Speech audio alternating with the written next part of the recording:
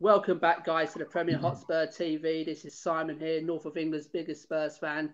Tonight, guys, we'll be previewing the Wycombe versus Tottenham game in the FA Cup tomorrow night. I've been joined by two special guests here, Johnny from the Wycombe fanzine, and joined by Marcelo from Mexico, Wycombe, all the way from Mexico. Guys, thank you for joining me tonight, guys. I know it's late at night. I do appreciate you giving up your time. So the first question, guys, Johnny, we'll go to you first. Okay. What made you fall in love with Wycombe? Good question. Sometimes it feels like a bit of an abusive relationship, I suppose. But I think the first time, because I went to my first game in '97, but I didn't start going regularly until about 1999. And I think it was when I first went on the terrace, and it was a game against Bournemouth in what was Division 2. And I think I spent most of the game like just watching the crowd rather than watching the game, and just enjoying watching all the terrace bouncing and listening to all the songs and picking up a few new words. And that I think that's a lot of when young lads go to or girls go to their first game. It's the crowd, isn't it, that gets them sometimes rather than the game. And that was what got me in. I started going a lot more regularly after that. Right, cool. Marcelo, exactly the same question, mate. What made you fall in love with Wycombe? Okay. Let me start. Let's say, since I've been about 7, I've been like a big Premier League fan, a Red Devil with the whole Tevez, Ronaldo, Rooney, and all that. But as I grew up, I started to form my own criteria. So I got away from the big Premier League clubs, always winning. And let's say my story with Wycombe started by a Spanish YouTube channel that went to visit Adams Park. I think around it was November 2019.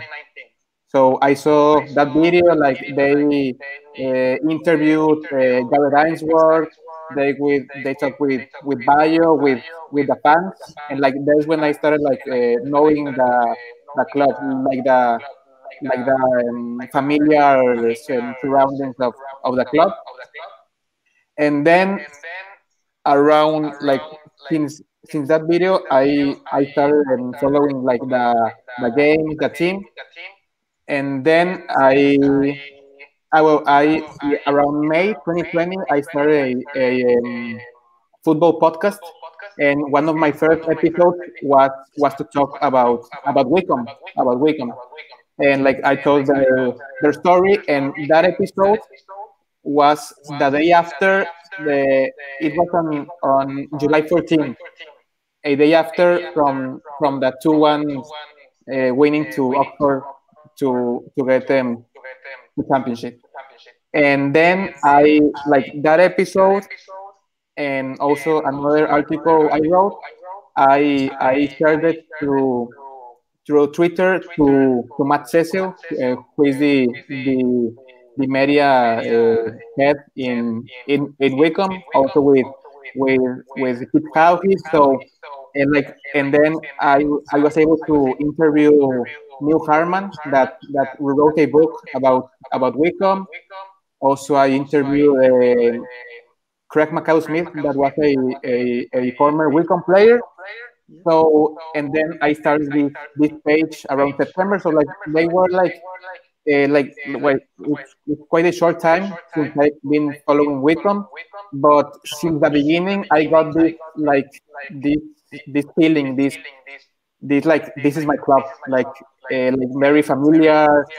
I don't know, maybe just starting to interact with some players, with Pete Cowhey, with Gary, with Harry Gatt, that is the international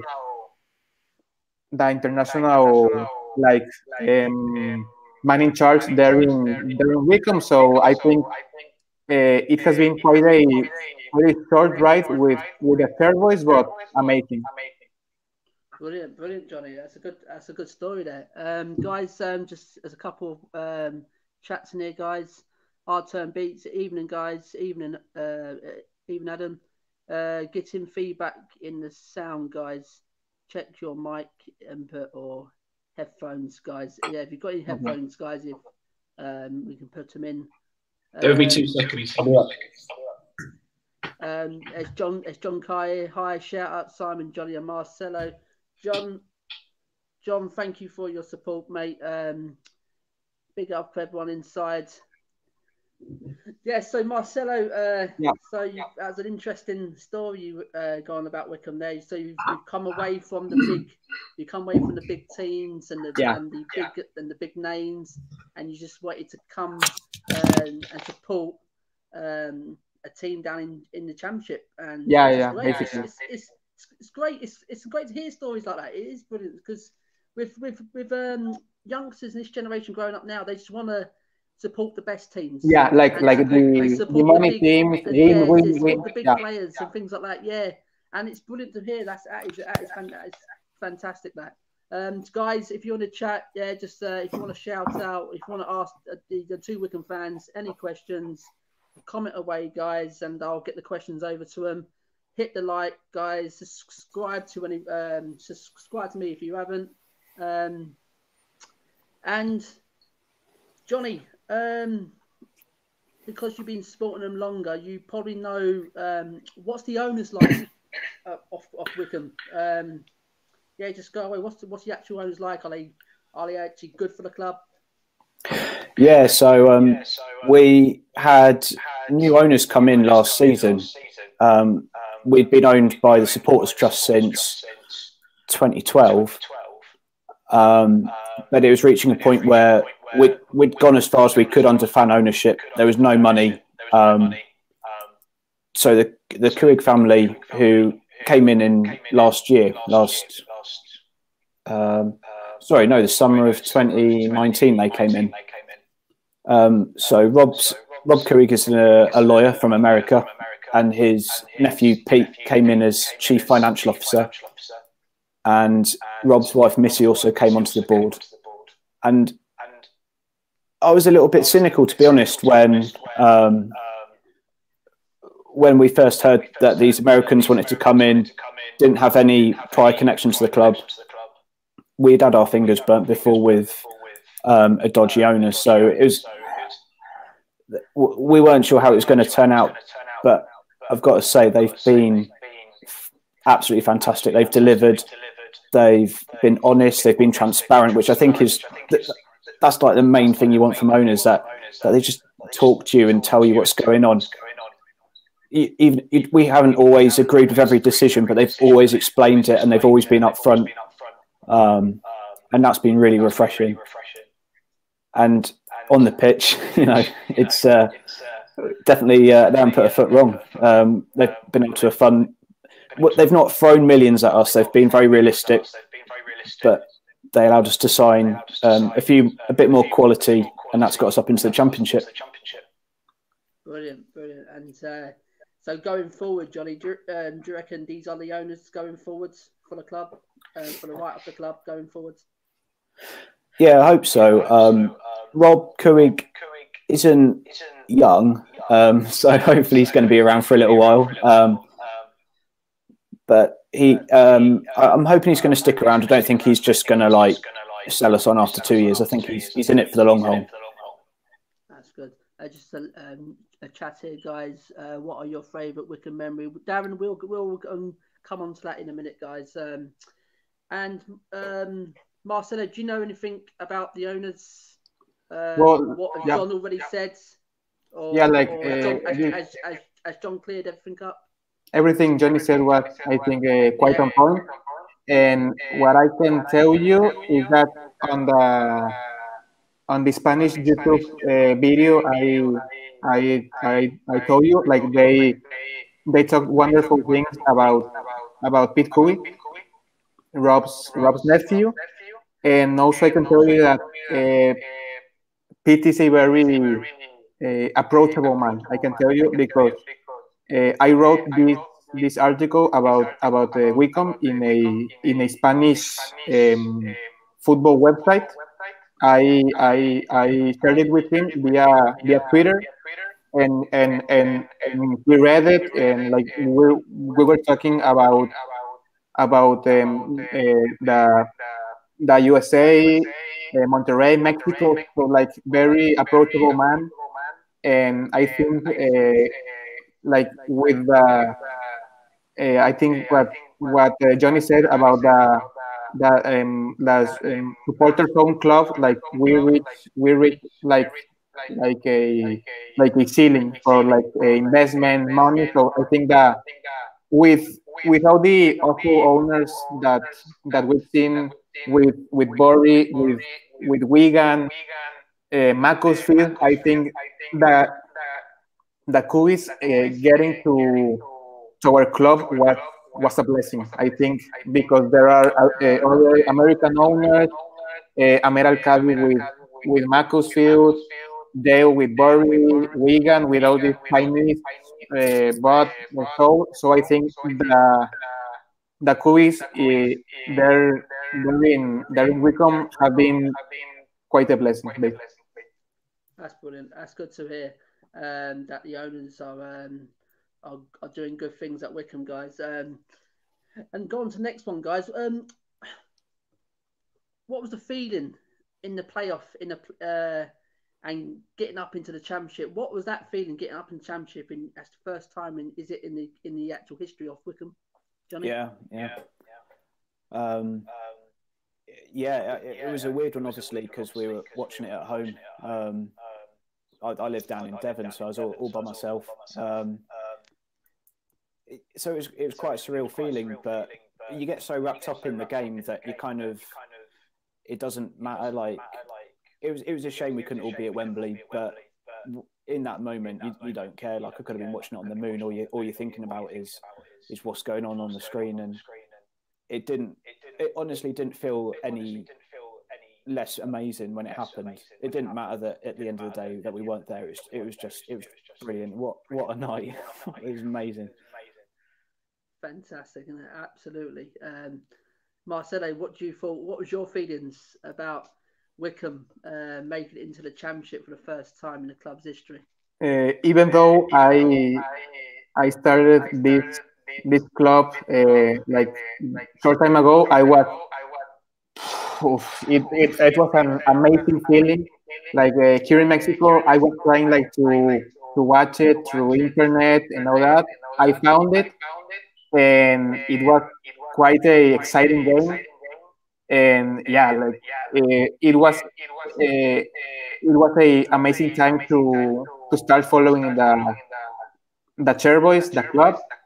So I can tell you that even if I started following a team this season, maybe a longer fan feel like Johnny, it was a excitement, chuffed to be amazing. Yeah. Brilliant. That's a brilliant, Marcelo. We've got another shout out here. Shout out to Simon, Johnny, and Marcelo. Thank you, Adam.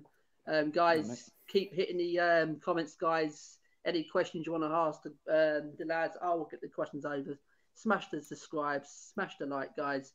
And Johnny, next one we go over. Before that, Johnny, as I said, I live here in Fleetwood, and that first leg in the semi-final, when you turned us over like that, I just couldn't believe it. I really not could believe it. I did fancy us.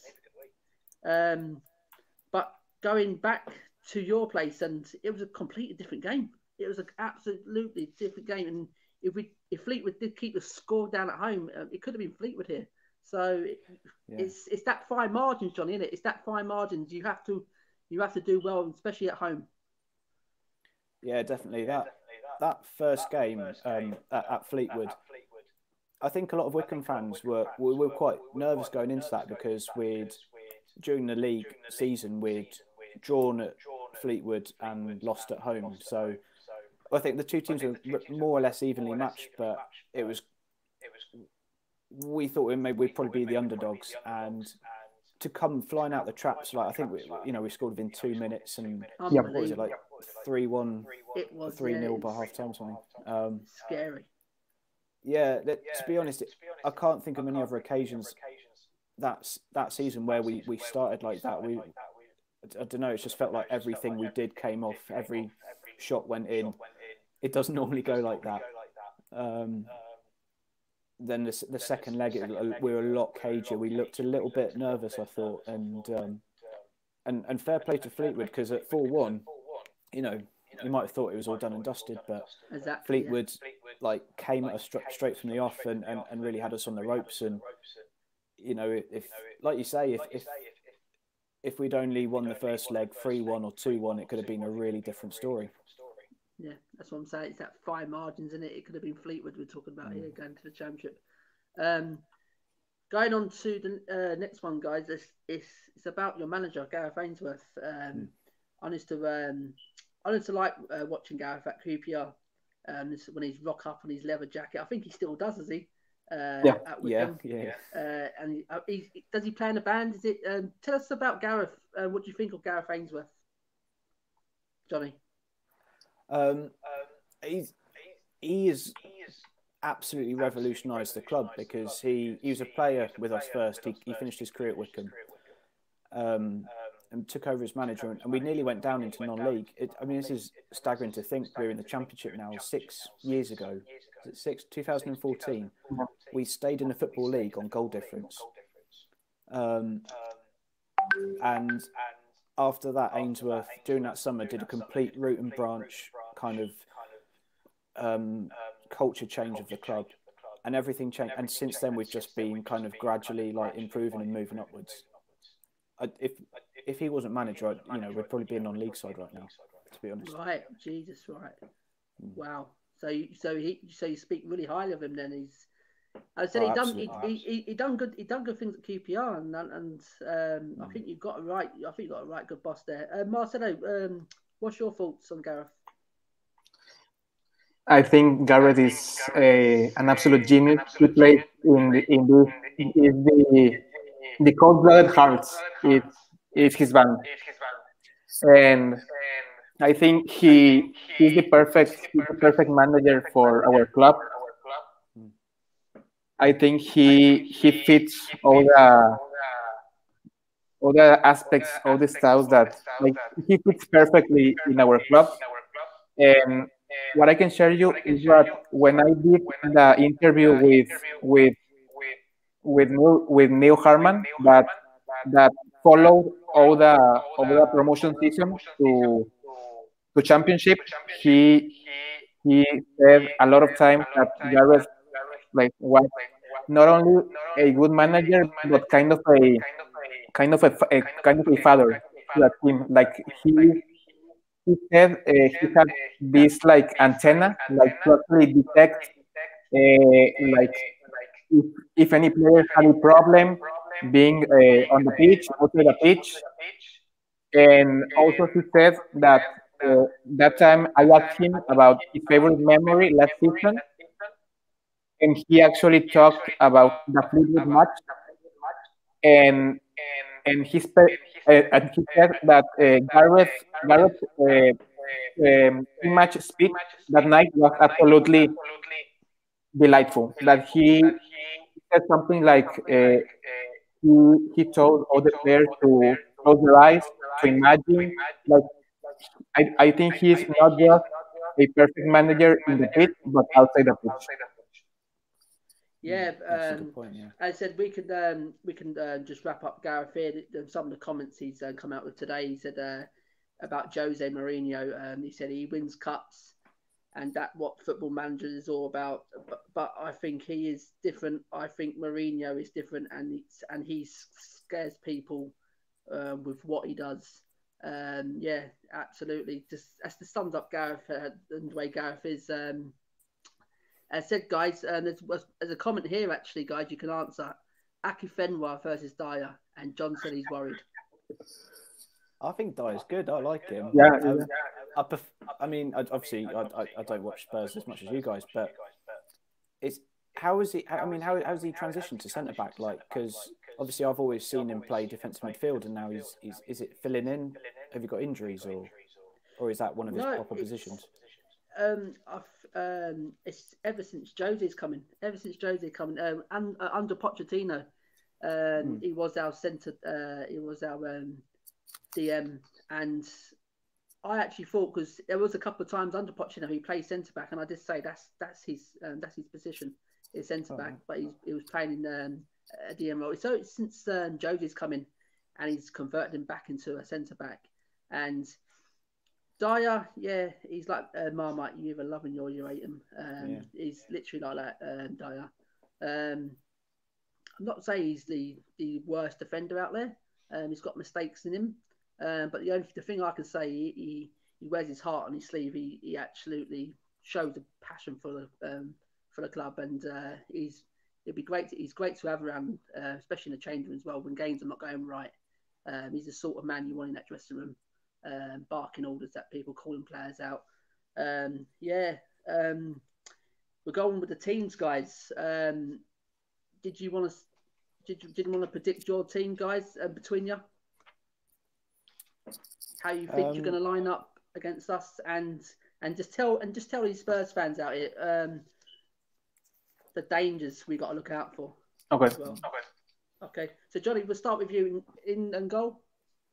Oh well, that would definitely be Ryan Allsop. He's absolutely number one. Yeah, we won't make any changes in goal. I don't think. Right. Yeah. Do you agree, Marcelo? Yeah, perfect. David Stockdale is the top, but Allsop has been key for us in goals. So yeah, Allsop is our man. Yeah, and just carry on. Left back.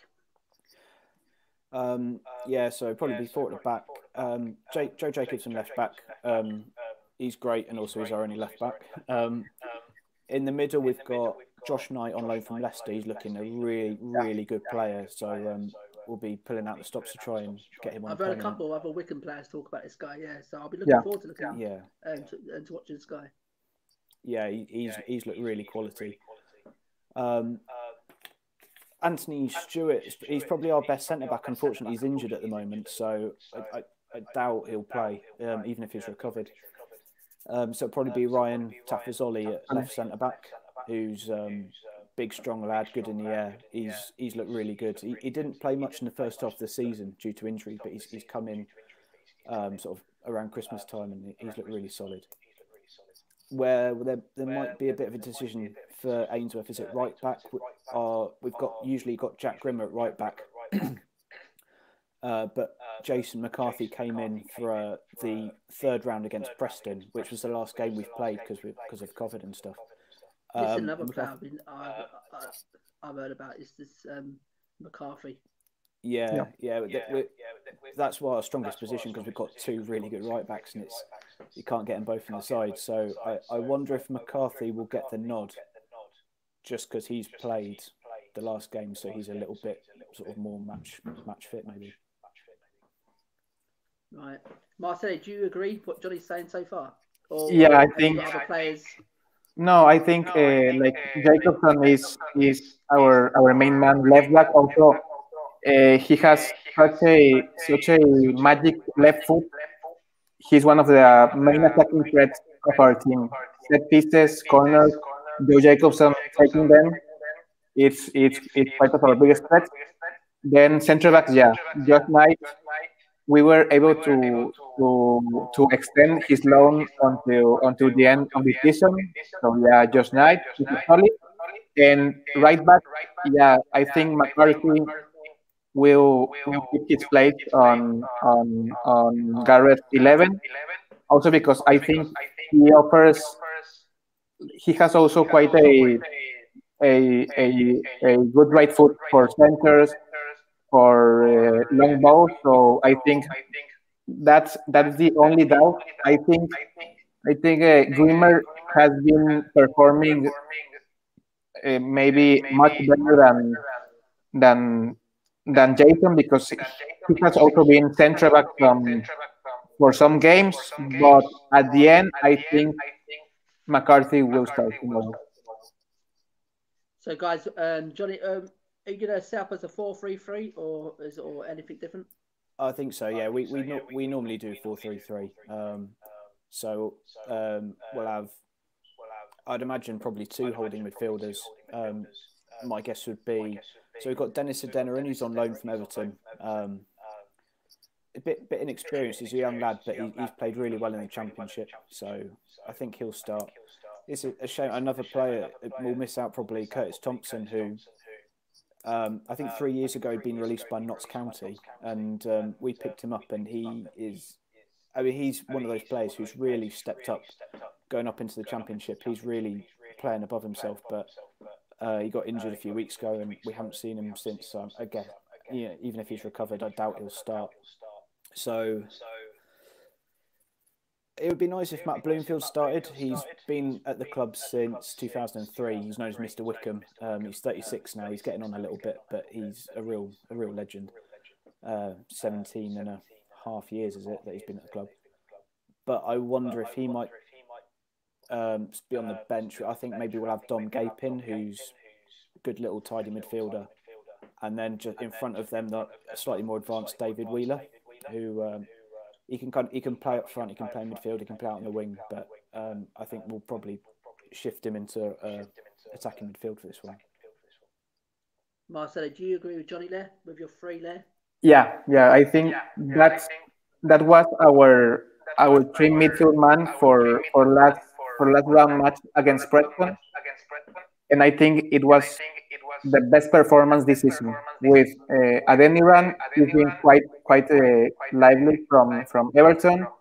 Bloomfield, who actually this shirt, I think I can, is Bloomfield, the skipper, our skipper. And yeah, I think Wheeler is quite a multifunctional player. So yeah, like maybe. Yeah. Is he your DM then? Is he your DM? Yeah. You're the captain. Yeah.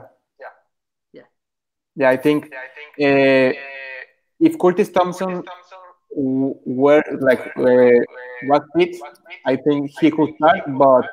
But I think this 3-man in midfield is quite a trio that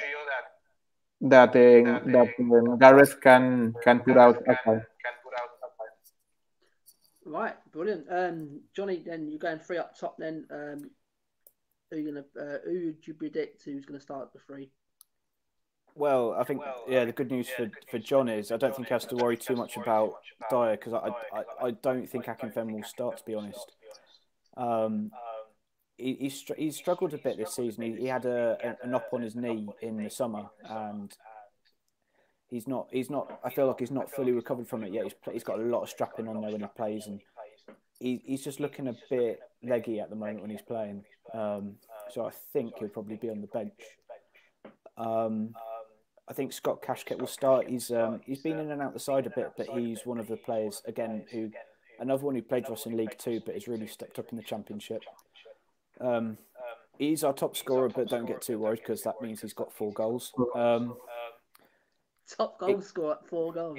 4 goals. Oh, actually, maybe Jacobson's got 4 as well. Yeah. I think Jacobson. I have it here. Jacobson has scored 2, I think.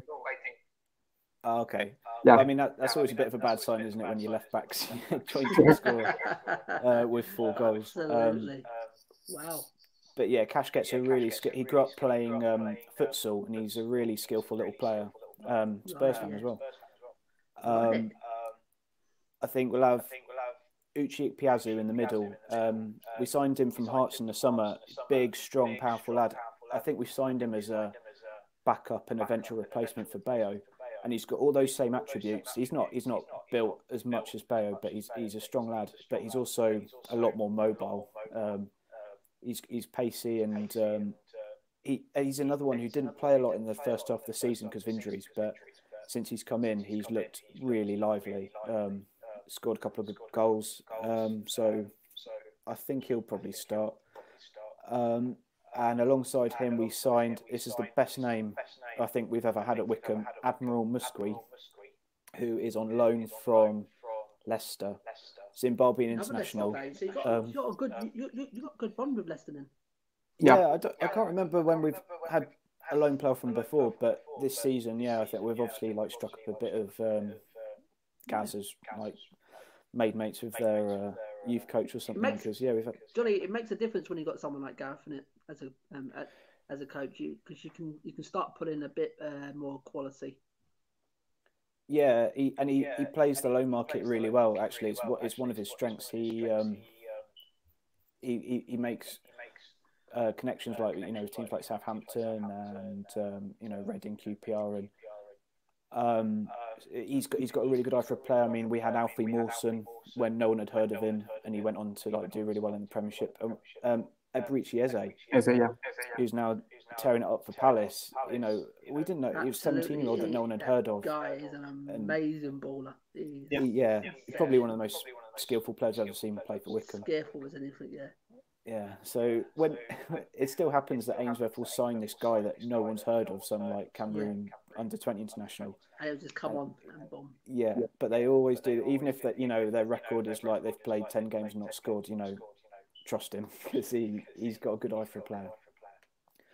But yeah, Musqui looked good. He's only played one game against Preston, but he looked good. He didn't score, but he caused a lot of problems. So, and he like Ikpeazu, he looks like quite a big, strong lad, quite pacey. So, yeah, I think that front three will cause problems. Maybe not against Spurs, but I think against Championship defences when they get some game time together and learn how each other plays. We've got a little chat here from Inner Turnish 17. Yo, Simon, Johnny, and Marcelo. Thank you, Inner Turnish, for locking in. Keep smashing the likes, guys. Keep commenting away. If you haven't already subscribed, just smash the subscribe. But Marcelo, we'll go back to that front. Front three again. What Johnny said. Any difference? I think my only doubt would be Casket, Uche, and Admiral Musket look quite different, quite explosive against Preston. But Casket last time against Preston, Onjedinma played on that left side. He's been quite inconsistent this season. So maybe between Casket, Onjedinma, maybe Derek Horgan, but I'm not so keen on him. So yeah, I think Casket will play tomorrow. Brilliant. Right, guys. One player each who could worry Tottenham tomorrow night. Who can pose a threat. Johnny, we'll go with you. Which one player can pose a threat to Tottenham tomorrow? I think probably our main outlet is going to be Jacobson.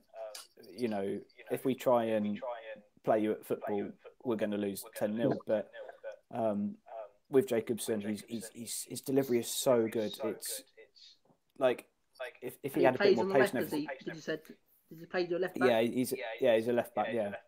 Right. And his delivery is so good. I think if he had a bit more pace or maybe been a bit more athletic, he would definitely have played at a much higher level because his delivery is out of this world. So he's going to be our key threat when we can get corners, free kicks. He's always a threat, particularly at corners. Then if your keeper's not having a good day, then he'll try and score direct from the corner. He's grabbed about half a dozen goals over the last few years doing that. And he's not shy. He'll have a go. So, it doesn't look great when you're picking your left back, but I think he's going to be our main threat. Marcelo, one player may pose a threat to Tottenham tomorrow? Well, just to Johnny, I think that if we try to play football, we are going to lose. So set pieces, corners, long ball are going to be like maybe the most important attacking threat for you Spurs. So I'm gonna go.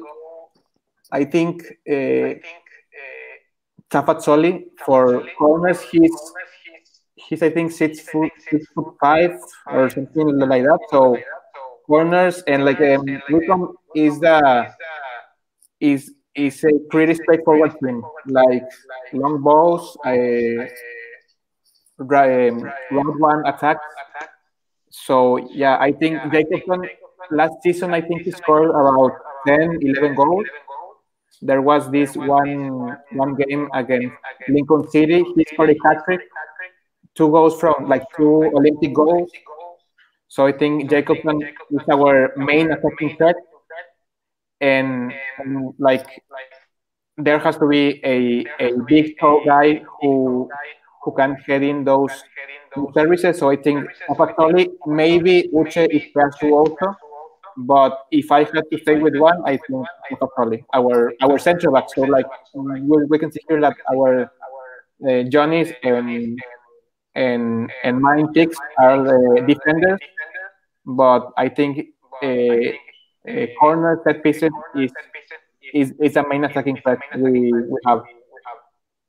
That's really interesting to say that, Marcelo, because we, as Spurs, we struggle. We struggle defending free kicks, corners, and things like that. So yeah, that could be one of your outlets tomorrow. I'll go through the team which I think Tottenham will put out tomorrow, guys. I think Jose, we got one eye on his Liverpool game. If you're telling me the game was on Sunday, I think one or two more first team players would have been in this team. But because we've got Liverpool on Thursday, to me, I'm not saying tomorrow night's not an important game, but I think Jose may see the Liverpool game a bit more bigger than this one. So I think he'll go. He'll still respect Wycombe like he did against Marine in the last game. So he'll be set up with a 4-3-3 as well. I think he'll go with Hart in goal, Tanganga, Roden, Dyer. He'll go with Davis at left back, with Winks and Sissoko holding, and Eric Lemma. I'm gonna go with just playing just behind the front three of Lucas, Carlos Vinicius, and you might want to see Gareth Bale. You may raise your eyebrows when you hear the Gareth Bale name. I don't think guys should be worried yet, because it really hasn't worked out for Gareth since he's come back to the club. When he first come back to the club in the summer, I think I'll speak of most Spurs fans. We were excited. We thought, yes, we're getting now Gareth back. Okay, not 7 years ago, but if we can get 70% of Gareth Bale, this guy can win your games out of nothing. But it just hasn't happened. He's had his injury still, and Josie ain't fancied him so far this season. So yeah, but as I said, my threats, guys, is will be Carlos Vinicius up front. I don't know if you watch much Spurs games or things like that, but Carlos Vinicius is the perfect backup striker of Harry Kane. When we want to sign a backup striker, and when you've got to play second fiddle to Harry Kane, you've got to be some good player. So Carlos, every time he stepped in for Kane, he's absolutely been bang on. He's scored goals for fun since he's come into the team. So yeah, he will pose your defence a massive threat tomorrow. So going on, guys, to the predictions, guys. Johnny, over to you. Trying to be more positive outlook on the game, and yeah, I mean, I can think with my head and I can think with my heart on this one. If I hadn't gone to White Hart Lane a few years ago and watched us go 2-0 and 3-2 up, Johnny, I would think. Johnny, before you go on to your prediction, yes, that's exactly what I want to go on before we go on to your prediction. You must have been you must have been sickened when you was 2-0 up. When you was 2 up at White Hart Lane, you must have been thinking, "Hey, we've got him here." Or did you thought, "Oh, wait on, we've caught Tottenham off guard here"? Yeah, to be honest, at half time, obviously we were delighted we were 2-0 up, but we were very aware we got 45 minutes to go here against Spurs, and I think there was a bit of an expectancy that we would struggle to hold on to that lead against quite a strong Spurs side. But then when we went 3-2 up, I think there was about 8 minutes left of normal time, and that was the killer, because we thought, well, at least if nothing else, even if we can't hold out for 8 minutes, we've got a replay here. So to then concede in the 89th, 90th minute, it was very gutting, because it came from a mistake as well, like a really bad kick from Blackman, the keeper, who's on loan from Chelsea, and was otherwise excellent, and he just made that one mistake, and then to concede in the 97th. But I've seen Wycombe do that plenty of times, and I've seen us do that to teams like Stockport County and Hereford United. So I'd rather see us do it against Spurs, I suppose. But that's Johnny. That's the magical of the cup, isn't it? It's the magical of the cup. This is what I'm saying. It doesn't matter. Form goes out the window when it's cup games, and we have seen some massive upsets over the years. So this could be one. This could be one. We just don't know. We just don't know who's going to want it more tomorrow night. And Joe. So Johnny, go over to your prediction. How do you reckon it's going to plan out? I think you'll definitely score, but I'm hoping we're going to score as well. So I'm going to say we're going to scrape a 2-2 draw, and then you'll beat us on penalties, because we're naff at penalties, I think. Brilliant. So a defeat, but not quite. Marcelo, give us your prediction. Are you going to be positive like Johnny? I think I must be positive, like Johnny. I think the whole game Tottenham will control all the aspects, like possession. We are the least in the championship table. We hold the lowest possession stat, short passes, but maybe one of the highest long ball, direct attacking. So I think maybe a 2-1 for Wycombe could be quite an amazing result. Yeah, I also know that we are the worst defensive in the championship, but as you say, Simon, this is a FA Cup game. This is the magic of the cup. Everything can happen. Like Leeds is going to lose to Crawley Town last round. So I think a 2-1 could happen tomorrow. I'm actually loving that. I'm loving that, guys. I said never rule out the magical of this cup. I've seen some major upsets over the years, and this could be one. We just don't know. We just don't know who's going to win it on the night. But I just think with the quality we poise, especially up front with Carlos, I think if we can get going and we get the ball into Carlos, and I think we're just not going to be. I think we're going to edge it 2-1. I think it's going to be a close game. What people's thinking 3 or 4s, but I think it's going to be close to what people put it out to be. Guys, before we wrap this up, guys, I just want to ask you. I just want to ask you one more question each. What's been over the years you've been supporting Wycombe? What's been one moment that you'll cherish as a Wycombe fan? That's tough. Okay, maybe I can go first. Well, Johnny revisited his experiences. I have to say the Birmingham away game this season, we began losing 1-0, I think. Then Scott Casket tied the game around in the 70th minute, and then we scored the winner practically in the 95th minute, and it was just the second win this season out of 3 in total. But I think I was watching the game in my computer, and I absolutely went crazy with that because it was kind of a corner, then a rebound, then Birmingham's goalkeeper now Etheridge kind of messed up, and then a service back in, a header. I do not remember who had it home, but I think there was also quite a deflection from a Birmingham defender.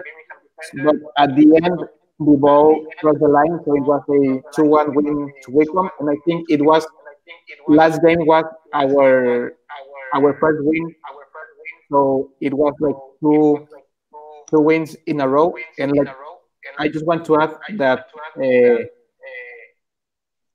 Supporting Wycombe, I think it has taught me like to really appreciate wins because uh, all the time I've been like following United, Man United, like champions winning, like winning becomes quite a habit. But here with Wycombe, I think it has been one of the sweetest wins. I think like we won. I think I have really learned to appreciate winning.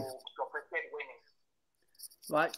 That's brilliant. That's a brilliant memories there, Marcelo. Absolutely fantastic. We've got a comment here from Outturn Beats. I think honestly, I think you can give us a run for your money, guys. Hope so. And Outturn Beat just going for a 1-0 Spurs win. Johnny, then a special moment that you'll cherish. Yeah, it's a tough one. Can I be a little bit cheeky? And if I say them really quickly, can I pick two? Go on. Yeah. As great as going up last season was, I'd probably have to say we made the FA Cup semi-finals in 2001. And Laurie Sanchez, Laurie Sanchez, Roy Essendon, on a week-to-week contract, scoring the winner against Leicester, and all that, and it was amazing. And that Wycombe team had a lot of our kind of a lot of players who had played for us in the conference, and they were kind of come to the end of their careers, but they were proper Wycombe legends. It was a team packed with like really old, like knackered legends. It was brilliant, and that was just an amazing time. And going to Villa Park and there being 20,000 Wycombe fans, well, 5,000 Wycombe fans and 15,000 people from Wycombe who just like come along. But it was brilliant. Every round there was a different story, and the fifth round replay against the real Wimbledon, the original Wimbledon. That was the best game of football I've ever seen. I will never see a better game than that. If you can find the highlights on YouTube, it's worth a watch because that was an absolutely nuts game. But the other one I'm going to pick, and it's a bit of an odd one maybe, but so like I said, we nearly went down back to the conference in 2014, and we went down to Torquay. We'd slipped into the bottom two, and we needed to beat Torquay, but we also needed Bristol Rovers to lose at home against Mansfield, who didn't have anything to play for, so we weren't expecting Mansfield to do us any favours. And fortunately, we were 3-0 up by about on the hour mark against Torquay. No one watched the last 30 minutes of the game because you're all looking at your phones, finding out what's going on at Bristol. And Bristol went 1-0 down, and they were laying siege to Mansfield's goal. They were hitting the bar. The keeper was pulling off saves. They're missing sitters, and we thought we were down. We went there just to go and watch Wycombe's last game in the Football League, and God, it's weird to remember it. But as the time ticked along, I started thinking, maybe they're going to hold on. Maybe we're going to do this. And I will never forget, like, the roar that went up. Like, it kind of came from somewhere in the terrace. And, like, we were all refreshing our phones, and then someone went mental, and it just spread. And I think that's another one. There was like you can watch it on YouTube, that the moment the news came through that Bristol Rovers had lost, I've got a DVD of that game and I watch it sometimes. It's just incredible. Matt Bloomfield, had been at the club at this point 10 years. He was celebrating on the pitch. The game was still, the Torquay player running past him with the ball. He left it and he was like celebrating. It was the most incredible day. And I got to talk to Matt Bloomfield about this, and he said you don't want to celebrate failure. And in a way, we were celebrating failure, like just avoiding relegation. That's not a success, but it was just an amazing way to do it. And I'm getting all jittery thinking about it, but that was an amazing day. Amazing story, Johnny. Amazing. Yeah, I bet it was in the mouth was in. I bet you was like thinking, please, we can't go down to the conference. We can't go down to the conference, and getting that close to the conference. Oh my God, Jesus! And it plans out like that. What a fantastic story to hear. So guys, we're gonna wrap it up here, guys. I would like to thank you for giving up your time, no problem. Coming on here, sharing your stories. Absolutely, I'm going to watch some of these now, Johnny. I'm going to say I'm going to watch some of these now. They sound brilliant. Seriously, I'm going to watch some of these. I say thank you very much for coming on, sharing your predicted lineups, sharing your stories. Marcelo tuning in from Mexico. Thank you very much for coming on, mate. Thank you very much, Johnny. Thank you at the last minute. You're coming on at the last minute there. Fantastic. Absolutely pleasure to have you both on. Thanks for having us. A real pleasure. And let the best team win tomorrow, guys. Let the best team win, and hopefully the best team come out on top. So, guys, we're going to wrap it up here, guys. Thank you, everyone, in the comments tonight. I hope you enjoyed hearing the stories from these two great Wycombe fans here. Some great stories, guys.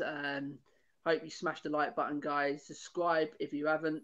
Guys, I am 6 subscribes away from my first 100 on YouTube after 2 weeks going as a channel. So a big push for the 100, guys. I know it's only 100, but it means a lot to me, guys. And so hopefully I can get the next 6 and reach my 600, guys. So here from Premier Hotspur TV, guys, I've been Simon. These have been your Wycombe fans. And good night. God bless. In Jose, we trust. Thank you very much.